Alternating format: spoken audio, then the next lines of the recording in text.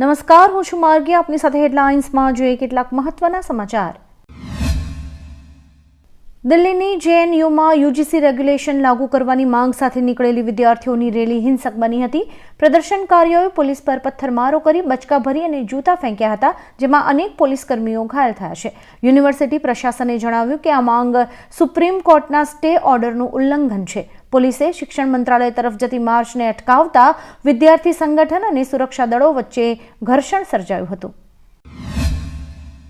કેનેડાના વડાપ્રધાન માર્ક કાર્ની આજે 4 દિવસની ભારત મુલાકાતે આવી રહ્યા છે. પ્રવાસનો મુખ્ય ઉદ્દેશ્ય વેપાર, ઉર્જા અને ટેકનોલોજી ક્ષેત્રે ભાગીદારી મજબૂત કરવાનો છે. કાર્ની મુંબઈમાં બિઝનેસ લીડર્સ સાથે મુલાકાત કરશે. નોંધનીય છે કે કેનેડાના અધિકારીઓએ હવે ભારત પરના જૂના આક્ષેપોથી પીછેહઠ કરી છે અને સ્પષ્ટ કર્યું છે કે જો ભારત લોકશાહીમાં દખલ કરતું હોત તો વડાપ્રધાન આ મુલાકાત ન લેતા હોત. T20 વર્લ્ડ કપમાં ભારતે ઝિમ્બાબ્વેને 72 રનથી હરાવ્યું છે. પ્રથમ બેટિંગ કરતા ટીમ ઇન્ડિયાએ ઝિમ્બાબ્વેને 257 રનનો લક્ષ્યાંક આપ્યો હતો. જવાબમાં ઝિમ્બાબ્વેએ 6 વિકેટ ગુમાવી ફક્ત 184 રન જ બનાવી શક્યું હતું. બેનેટે 97 રનની શાનદાર અણનમ ઇનિંગ રમી હતી. ભારત તરફથી અર્શદીપ સિંહે 24 રન આપીને સૌથી વધુ 3 વિકેટ લીધી હતી. ભારતીય સ્માર્ટફોન બજારમાં કેટલાક વર્ષોમાં મોટો ફેરફાર આવ્યો છે. ચાઇનીઝ બ્રાન્ડ્સને હવે પડકારનો સામનો કરવો પડી રહ્યો છે. નાણાકીય વર્ષ 2025માં પ્રથમ વખત મુખ્ય ચાઇનીઝ સ્માર્ટફોન કંપનીઝના વેચાણમાં ઘટાડો નોંધાયો છે. મુખ્ય કારણ એન્ટ્રી લેવલ સ્માર્ટફોનની માંગમાં મંદી છે. કાઉન્ટર પોઈન્ટ રિસર્ચ અનુસાર આ સેગમેન્ટનો મૂલ્ય હિસ્સો 2023માં 38 હતો, જે 2025માં ઘટીને 29% થયો છે. પ્રયાગરાજના ઝુંસી પોલીસ સ્ટેશનમાં નોંધાયેલા પોક્સો કેસમાં સ્વામી અવિમુક્તેશ્વરાનંદની મુશ્કેલીઓ વધી છે. સગીર પીડિતોના મેડિકલ રિપોર્ટમાં યૌન શોષણની પુષ્ટિ થતાં પોલીસે કેસ ડાયરીમાં મુખ્ય પુરાવા તરીકે સામેલ કર્યો છે. બીજી તરફ અલ્હાબાદ હાઈકોર્ટમાં તેમની આગોતરા જામીન અરજી પર આવતીકાલે સુનાવણી હાથ ધરાશે. જો જામીન નામંજૂર થશે તો ગમે ત્યારે ધરપકડ થઈ શકે છે.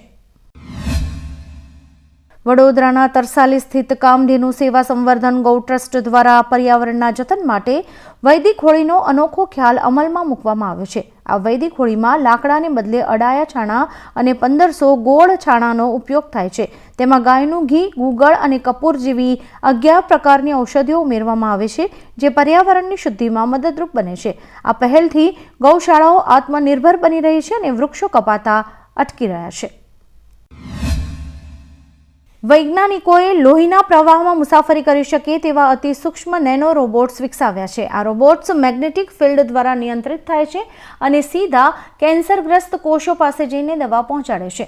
આ પદ્ધતિથી કીમોથેરાપીની આડઅસરો ઘટાડી શકાય છે, કારણ કે દવા આખા શરીરમાં ફેલાવાને બદલે માત્ર જરૂર હોય ત્યાં જ અસર કરે છે, જે ભવિષ્યમાં જટિલ સર્જરી વગર રોગ મટાડવામાં મદદ કરશે. અફઘાનિસ્તાને પાકિસ્તાનની સરહદ પાસે વળતો પ્રહાર કરતા ભીષણ એર સ્ટ્રાઇક કરી છે. ઇસ્લામિક અમીરાતના પ્રવક્તા અનુસાર આ હુમલામાં પાકિસ્તાની સેનાના 55 સૈનિકો માર્યા ગયા છે. અફઘાન દળોએ પાકિસ્તાની સેનાના એક મુખ્યાલય અને 19 ચોકીઓ પર કબજો જમાવ્યો છે, જેમાંથી 4 ચોકીઓ સળગાવી દેવામાં આવી છે. આ ઓપરેશન દરમિયાન પાકિસ્તાનનું એક ટેન્ક નષ્ટ કરીને હથિયારો પણ જપ્ત કરાયા છે. T20 વર્લ્ડ કપના સુપર 8માં આજે સાંજે 7 વાગે કોલંબોના આર પ્રેમદાસા સ્ટેડિયમમાં ઇંગ્લેન્ડ અને ન્યૂઝીલેન્ડ વચ્ચે રોમાંચક મેચ રમાશે.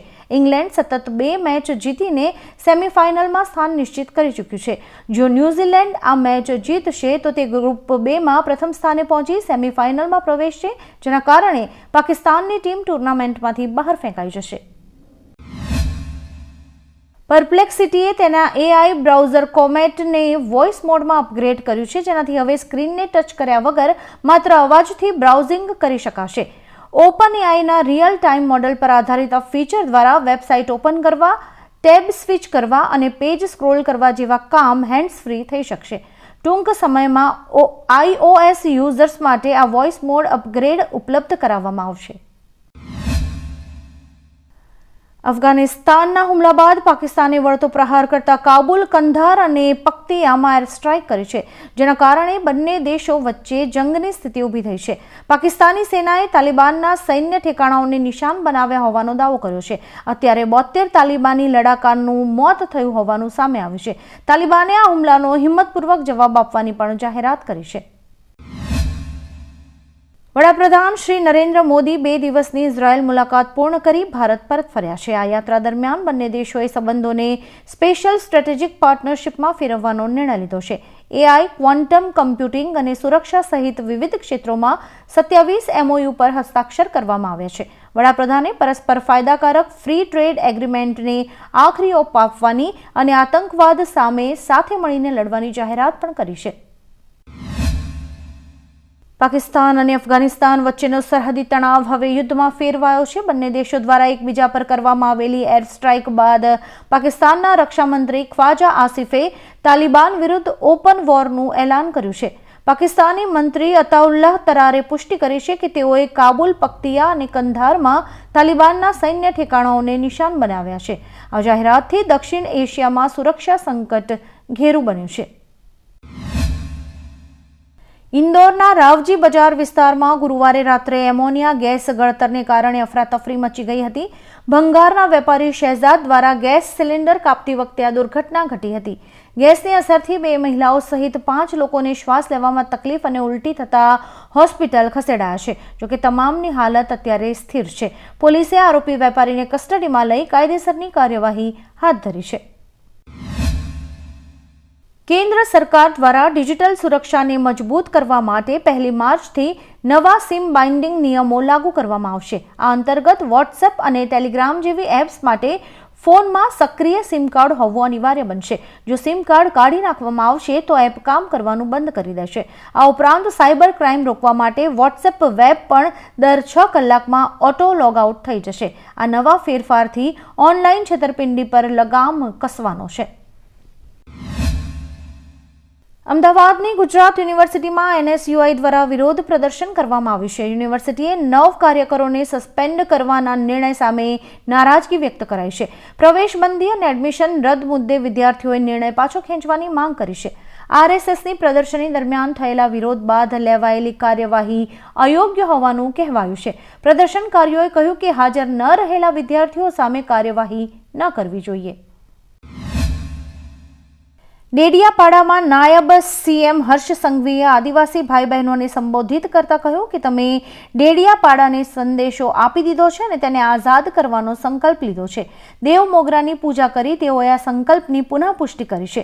હર્ષ સંઘવીએ કહ્યું કે મનસુખભાઈ આખી પીચ પર બેટિંગ કરે છે, પરંતુ અડધી પીચ પર બેટિંગ કરશે તો બોલ ગ્રાઉન્ડની બહાર જશે. તેમણે ચેતરભાઈને પણ સંદેશ આપ્યો છે કે સમાજમાં ભાગલા ન પાડો. આવા જ કેટલાક રસપ્રદ સમાચારો નિહાળવા માટે અમારી YouTube ચેનલને લાઇક, શેર અને સબસ્ક્રાઇબ કરો અને જોતા રહો હેડલાઇન્સ.